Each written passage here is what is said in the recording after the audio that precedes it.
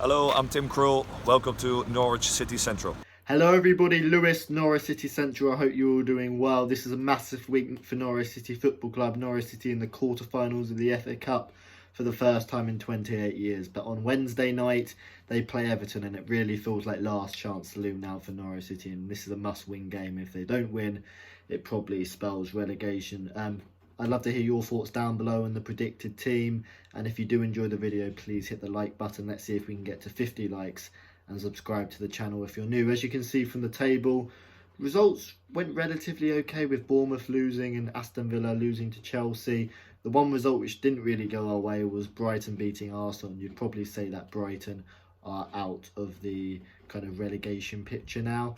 But the tables are irrelevant because unless Norwich City can get around a mid-30 point tally, it kind of is irrelevant. Norwich City kind of need 5 wins from their last 8 games, maybe 4 wins and a couple of draws, but Norwich City need to get around at least mid-30s in terms of a points tally, and Norwich City don't look like they're going to be able to do that at the moment. So it's irrelevant what other teams are doing. We need to focus on ourselves, and this is a must-win game. As you can see from the Everton lineup, they went for a 4-4-2 against Liverpool and got a really good 0-0 draw. They could have easily have won the game. And that lineup is similar to the Saints. Obviously, Southampton played a 4-4-2 system, and Everton are a team who've got really quick players. You've got Iwobi on the wing, and up front with Richarlison and an informed Dominic Calvert-Lewin. They've got some really good strikers, and they're probably a slightly better team to Southampton. A really good team, Everton, who are coming off the back of a decent draw.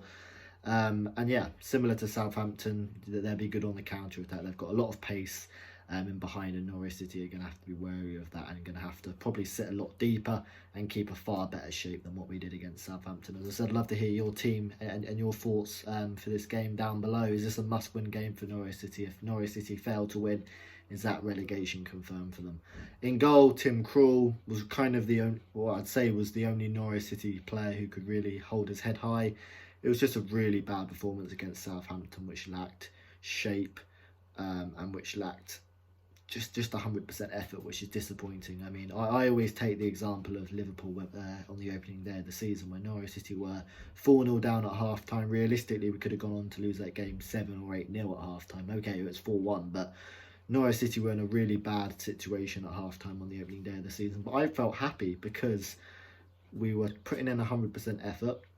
We had a clear playing style and identity, and we were creating chances. And when you can see the players are putting in effort, you can't be too disappointed. But from what I saw from that Southampton game, the players lacked effort, and that's where I get disappointed as a Norwich City fan. So yeah, Tim Krul in goal, as I said, a quality goalkeeper. Back four of Lewis, Closer, Godfrey and Aarons. They're kind of the only defenders we can pick. Jamal Lewis, I thought, looked okay. His heading is still not probably as good as what it should be in the Premier League. But look, this is a young defence who I think need time to bed in a little more. They're doing okay. Of course, Max Aarons is a great fullback, but you know they need leadership there, and Tim Closer needs to get them kind of going again because they were really poor against Southampton, particularly Ben Godfrey as well. You don't really want to single out too many players, but Ben Godfrey and Tom Tryborn and probably Josip Dermich were the weaker ones from that Southampton performance. And as I said, this is a team who've got real quality, and I'm always going to be behind the team, but they need to be putting in the effort because against Southampton, I think that was our worst performance of the season, and you saw a lot of players gave up. But no, that back four needs protection, and against Southampton, they're far too high up the pitch, particularly Godfrey and Closer, far too high. And when you've got players like Everton with Richarlison and Iwobi who are really quick, let's sit back more and you know, don't get hit on the counter-attack like we did numerous times in that game. 2 central defensive midfielders, I would completely switch it up and go for Alex Tettey and Mario Ranjic. Alex Tettey, I think, is on the bench kind of as cover because he's the only real centre-back option we've got. But for me, Alex Tettey has to play in this Everton game. And, you know, there'll be question marks of do we actually rest a couple of players and do we try and prioritise the FA Cup? But for me, no, you still got to prioritise the league. There is still a chance. And Alex Tettey has to play. And you look at Tom Tryborn and Kenny McLean and Alex Tettey and Mario Ranjic, you know, there's a lot more athleticism with Kenny McLean and Tom Tryborn, yet they were completely out of position and left us completely exposed in that Southampton game. Although Alex Tettey and Mario Ranjic may not be the quickest, they're better at holding their positions, and particularly Alex Tettey. He's someone who just, no matter what players come in, he always seems to stick around in the Norwich City team. A great defensive midfielder. And Mario Rancic is someone who's got so much quality, and he actually scored on the Southampton game. If it wasn't for the offside flag, it would have been a goal. But no, for me, Alex Tettey and Mario Rancic, I think should start. And as long as they can kind of protect the back four and keep their position, and we can keep our shape, then I'm happy with that. On the left, Todd Cantwell. On the right, Emi Buendia, and through the middle, Marco Stiepermann. Look, I think we got to change the system. The 4-4-2 formation did not work. I don't know if we tried to match Southampton up to go for the 4-4-2, or if Daniel Farke actually really wanted to change the system indefinitely. But for me, we need to go back to what we know and what's been, so successful for us in the Championship. The 4-4-2 formation did not work. Quite simply, Southampton pressed us very high up the pitch, and we couldn't. And every time we tried to play our passing football, there wasn't enough players in the midfield, and we'd lose the ball. And we'd just have to go long, which didn't work. So let's go back to our system. Let's overload the midfield. Todd Cantwell, a quality player, just needs to get himself in the game a bit more. Emi Buendia, a risky player, but we all know what he can do on his day. A world-class talent. And I bring in Marcus Stiepermann. Why?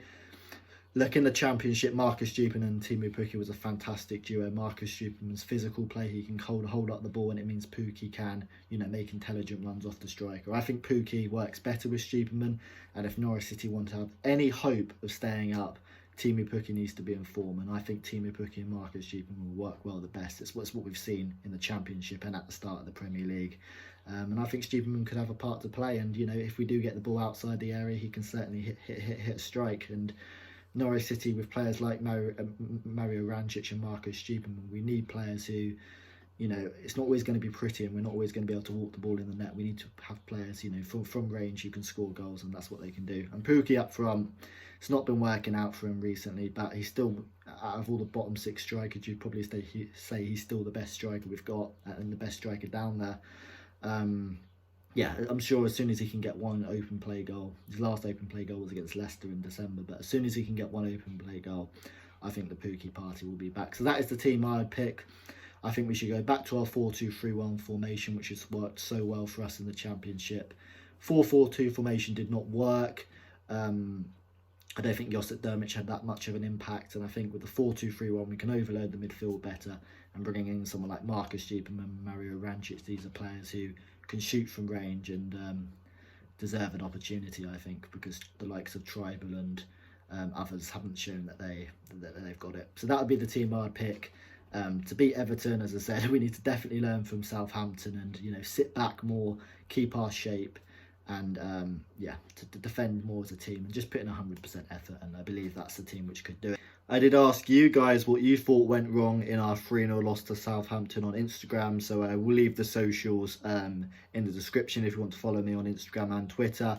And I'm really interested to see what you guys thought went wrong with Southampton. And Ewan Bell says, we didn't show we looked up for it. Farke's tactics don't work with two strikers, and that's why I would go back to the 4-2-3-1 formation.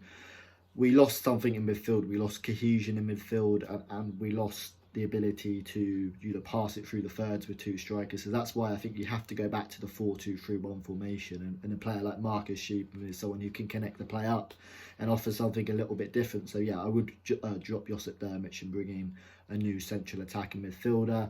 Jasper says start Anel and Cantwell through the middle. That is a really interesting shout. I personally wouldn't go with Hernandez. I think in the cameos he when he's come on, I don't think he's shown enough to warrant a start, but I totally like the idea of starting Onel Hernandez. And Cantwell through the middle could be really interesting as well. When I did speak to Todd Cantwell, I know he likes to play through the middle. I know he's been playing on the left, but he does like to play on the middle, through the middle. And Onel Hernandez, yeah, he's someone who can offer us pace, like Marcus Stiepermann, who's really important in Norwich City getting promotion, and he's someone who's got a point to prove. So yeah, I'm all for starting Onel Hernandez if the opportunity arises, particularly over someone like Lucas Rupp. I think Onel Hernandez can offer a lot more. And Suami Canaries, defensive line far too high and overplaying the ball in key areas. Yep, I did mention it earlier on in the predicted XI. Our defensive line was far too high, and when you've got players like Nathan Redmond, who we all know how quick he is, Danny Ings, Stuart Armstrong, these are really quick players. It's absolutely criminal. The defensive line was so high, but you've got to sit back more to be able to absorb the pressure. And when we're coming up against Everton on Wednesday, we're going to need to do that. We're going to need to absorb pressure better and not sit so high. And also overplaying the ball in key areas, 100%. Norwich City need to be better on the ball. We lost the ball on many occasions, and we need to be better ball players. But yeah, that's just a few of your comments. If you do want to get in contact with me, as I said, the socials will be in the description. But I'd love to hear your thoughts down below in the comment section. Football, it's all about opinion, isn't it? And I could be completely talking waffle, or I might be talking a bit of sense, I don't know. But football is all about fans' opinion, and that's my opinion, and I'd love to hear your opinion down below in the comment section. So that's the team I would pick. And yeah, let's hope for a win against Everton. Score prediction, I've always been positive with my score predictions, but I'm going to say it's going to be a 1-1 draw. I just don't think Norwich have shown enough to suggest we could win a game, but you never know, and let's hope Norwich City do pull off a win. Thanks for watching. Subscribe to Norwich City Central if you're new, and I'll see you later.